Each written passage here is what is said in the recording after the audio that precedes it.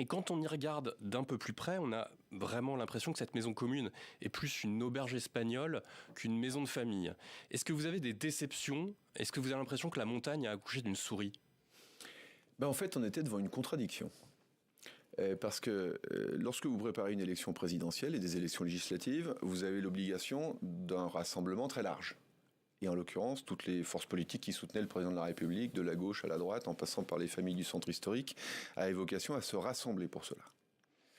Mais quand vous fondez un parti politique, vous le fondez sur des courants de pensée. Vous ne pouvez pas considérer que des personnes qui viennent d'horizons aussi larges, forcément, vont être toutes d'accord. Et moi, je suis très favorable à ce que demain, nous ayons un grand parti démocrate à la française pour que les forces qui sont au centre de la vie politique, où vous avez des démocrates chrétiens, des sociodémocrates, des libéraux démocrates, enfin, je veux dire, Qu'est-ce qui bloque alors? qui ont la démocratie en commun, puissent se retrouver. Ce qui bloque, au fond, c'est pas vraiment un blocage. C'est que vous avez dans cette majorité 3 forces.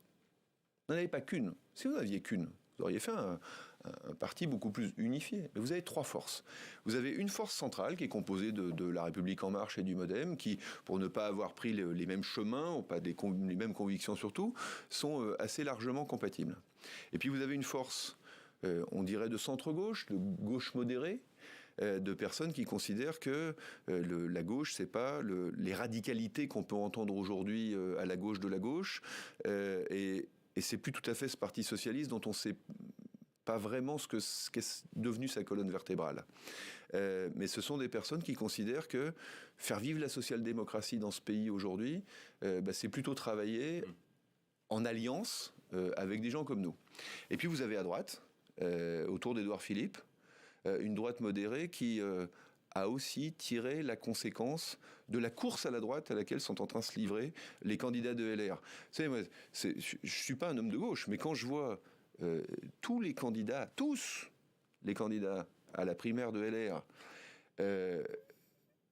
parler 1 heure du grand remplacement dans leur débat télévisé, moi je respecte toutes les formes de débat, mais jamais j'aurais imaginé ça de la droite républicaine française il y a encore 5 ou 10 ans. Pour revenir à la donc finalement, oui. Vous avez 3 forces politiques dans cette majorité, et donc il fallait rassembler ces 3 forces derrière le président de la République, s'il veut bien être candidat à sa réélection.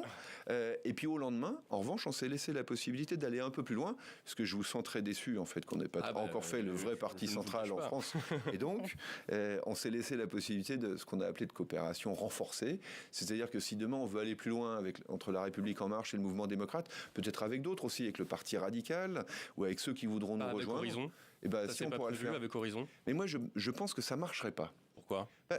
En fait, si vous expliquez que Bayrou et Philippe c'est pareil, que le centre et la droite c'est pareil, ça marche pas. Vous savez, pendant des années, on a expliqué que on faisait l'alliance de la droite et du centre. Voilà, c'était devenu quasiment.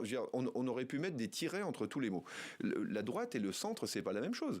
La droite et le centre, c'est le jour où des gens ont décidé de faire l'UMP et ils ont décrété que la droite et le centre c'était pareil. Moi, je dénie en aucune manière aux gens de droite d'être de droite. Et moi, je suis du centre. C'est pas tout à fait la même chose, c'est pas les mêmes options. Alors on le voit encore plus aujourd'hui, quand en plus il y a une espèce de radicalisation des discours dans le cadre de la primaire LR. Mais il y a quand même 3 forces politiques différentes. Surtout que la concurrence va être quand même assez rude au moment des négociations pour les sièges pour les législatives. Il y a 268 députés sortants de LREM. Vous en avez environ, vous, une soixantaine au groupe MoDem. Et puis, il y a, on en a parlé, Édouard Philippe, qui va légitimement réclamer des postes. Comment ces négociations vont se mener et qui aura la mission de trancher en dernier lieu? Alors justement, c'est à ça que sert Ensemble aux citoyens, parce que dans les principes qu'on a posés, c'est qu'on ne présenterait pas de candidats les uns contre les autres. Et c'est un principe très important parce que si, comme je l'espère, le président de la République est candidat à sa réélection et que les électeurs lui prêtent vie, on aura devant nous de grands défis à relever. La pandémie, le post-pandémie, la relocalisation industrielle, le développement de l'emploi, comment on arrive à travailler plus, à gagner plus tout le monde connaît dans les ce enjeux, pays. En effet. Non, vous savez, quand je vois les Français sont pas dupes. Aujourd'hui, qui va trancher? Tout craque dans les hôpitaux, tout craque dans les tribunaux, tout craque dans les écoles. Donc, je veux dire, c'est des vrais sujets. Il y a 4 co-présidents une majorité stable sur cette structure. Il va donc falloir une majorité stable. Richard Ferrand, Édouard Philippe, qui aura le dernier mot. Eh ben, je veux dire, on sera une chambre d'appel. Une chambre de conciliation. Parce qu'une fois qu'on dit, pour avoir une majorité stable, pour relever tous ces enjeux, on ne peut donc pas se présenter les uns contre les autres, parce que si ça nous faisait perdre 5 ans, qui sera l'arbitre de ces architectes de la maison que vous avez dit, ce sera Emmanuel Macron ? Eh bien, à la fin, vous aurez les leaders de ces différentes familles politiques qui, convenant qu'on ne doit pas présenter les deux candidats les uns contre les autres, parce que sinon, demain, on pourra avoir une majorité instable, et donc et bien à ce moment-là, on le fera. Mais vous savez... c'est comme ça à chaque fois qu'on essaye de constituer des majorités. Il y a des personnes qui s'allient derrière un candidat pour qu'il devienne président de la République, et lorsqu'il le devient, ils ont un certain nombre d'amis qui veulent être candidats sur les mêmes circonscriptions. Est-ce que vous pouvez nous jurer ce soir, de façon un peu solennelle, les yeux dans les yeux, voilà, les yeux dans les yeux, que Ensemble Citoyen, avec un point d'exclamation, existera encore après les législatives de 2022? Est-ce que ce mouvement va perdurer après les scrutins de 2022 ? Je le crois, parce que sinon on n'arrivera pas à diriger le pays. Parce que si le président de la République est réélu, comment organisera-t-on une majorité stable ?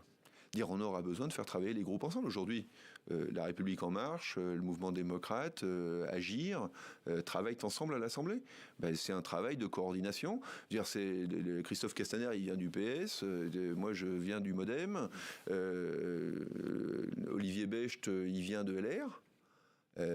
C'est pas toujours simple de travailler ensemble, mais on le fait. Donc les yeux dans les yeux, vous dites oui à Jim Jarassé ? Et donc de toute façon, évidemment, il faudra que ça continue à exister. Donc on va apprendre à retenir ce nom, Ensemble Citoyen. Une toute dernière